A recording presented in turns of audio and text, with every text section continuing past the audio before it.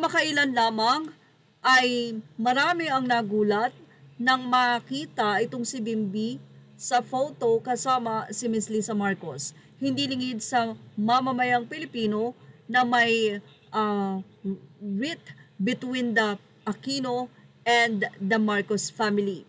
Pero ito na nga po ba ang simula ng reconciliation matapos ngang iulat nitong si Lisa Marcos o i-reveal na humingi ng tulong sa kanya si Chris Aquino para sa kanyang pag-travel o pag-uwi dito sa Pilipinas, kaya nakasama niya ang dalawang anak, si Bimbi at si Josh, na hindi na po natin ibinahagi dito ang photo. Pero ano nga ba itong naging pahayag ng Aquino family matapos nga ang kaarawan o ang pagdiriwang ng kaarawan ni former President Noynoy Aquino. Mula sa naging post ng Chris Aquino World Facebook page, pahayag ng pamilyang Aquino para sa ika-92 na kaarawan ni Ninoy Aquino sa ika-27 ng Nobyembre.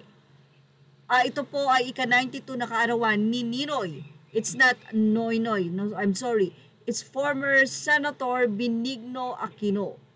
Sa naging pahayag, sinabi na si Ninoy Aquino na siguro ang politikong nakaranas ng pinakamatinding panggigipit mula sa Marcos. Karapat-dapat na sila'y panagutin para sa kanya at sa libo-libo pang dinakip, tinorture at pinatay sa panungkulan ni Marcos Sr. Gayunpaman, hanggang sa kanyang huling araw, naniwala si Ninoy sa lakas ng mapayapang pakikipagbaka at noong 1986, ito ang nagpalaya sa atin mula sa kalupitan at kasakiman ng diktadura.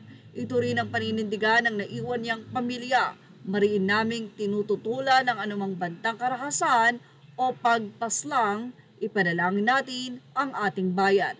Sa naging pahayag na ito ay hindi naman malaman kung sila ba ay nakapanig sa Duterte o sa administrasyon. Nagkaroon naman ng reaksyon dito ang mga netizens. Say nila, no longer live in the Philippines but feel sad and sorry for chaotic situation now. Politics are really disrespectful and as always corrupt. I feel the pain for what was done to Senator Benigno Aquino. Hard to accept the worst pain done to him. Wow, how cruel was suffered by him. Nakakamiss ang mga Aquino, presidents na isinasa puso ang kapakanan ng sambayan ng Pilipino ng may respeto, paninindigan at pagsunod sa saligang batas. Ngayon, ano na ang ginagawa ng ating mga leader? Silang nangunguna sa pagpatay, droga, pagkamal ng malalaking pondo ng gobyerno na wala na sa kasulatan.